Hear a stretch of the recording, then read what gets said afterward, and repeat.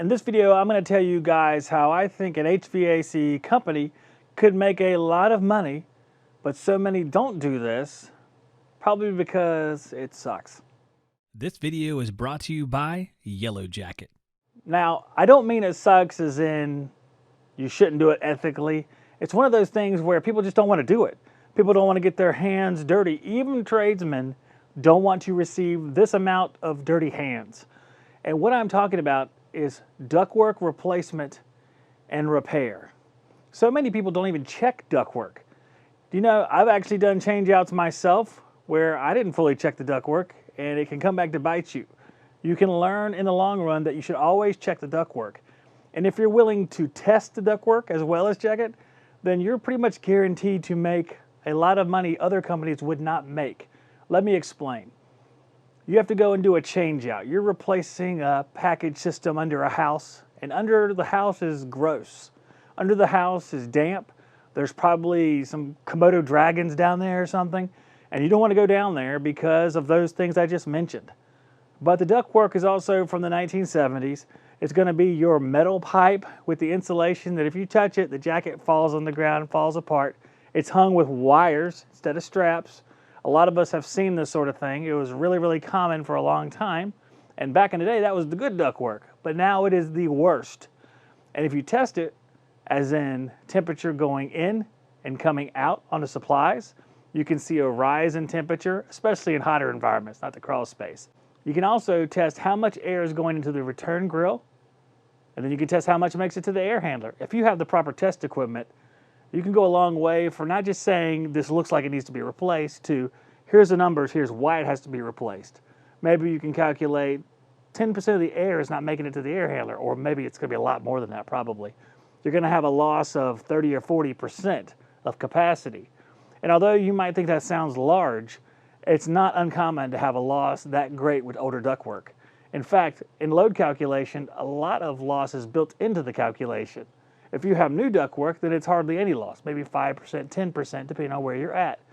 Now, older ductwork, if you test it, you'll find that it can lose up to half the capacity.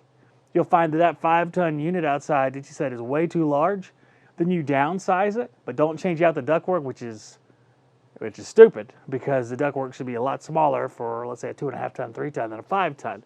It can be so much smaller that the velocity is pretty much dead on the other end of the duct system. But if you did do something like that, you'd find out that, hey, the reason why it's a 5-ton when you got a 2.5-ton capacity target is because you're losing a lot of stuff to the ductwork. Now, sometimes it doesn't matter. If you're running through a basement, you're conditioning the basement, the duct leakage can actually condition a basement. Basements don't actually need much conditioning. They're pretty damp though. That's a different story for a different day. This is mostly about taking the time to do the testing. Test the temperature entering the return grill. Test it at the return of the air handler. Compare. Test the temperature leaving the air handler. And test the temperature getting into the rooms. And test the farthest run as well as the closest run. You can compare how big a difference there is. Now, if there's not much difference, you don't have much loss, and you can say, hey, this ductwork is doing a great job. And typically you can see that too. We all know a duct system that needs to be replaced. You see the houses with insulation's kind of stringy laying down in the crawl space, or you go up in the attic and just everything's covered up with insulation. So, well, this ductwork is really insulated. But once you uncover it, you see that it's not really taped or sealed at any joint.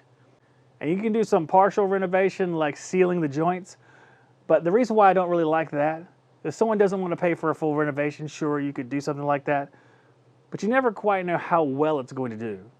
Like, you know pretty much that if you seal brand new ductwork and insulate it to the fullest capacity, you'll know that it'll do really well.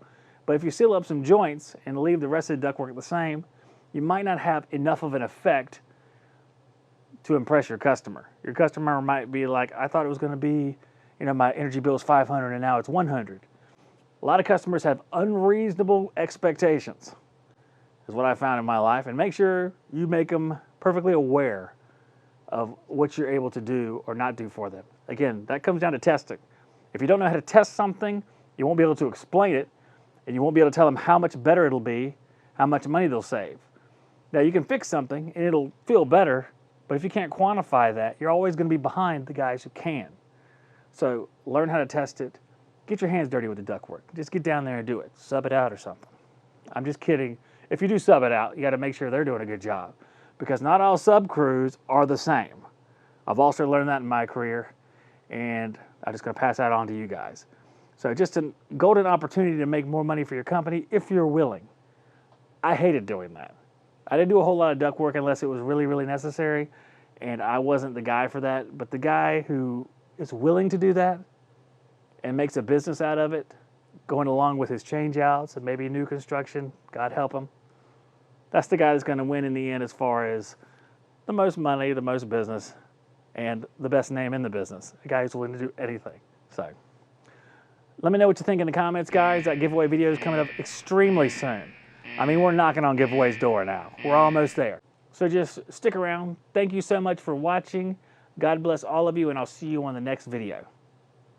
If you guys shop at TrueTechTools.com, make sure you use my Shop Talk discount code, and it'll save you 8%.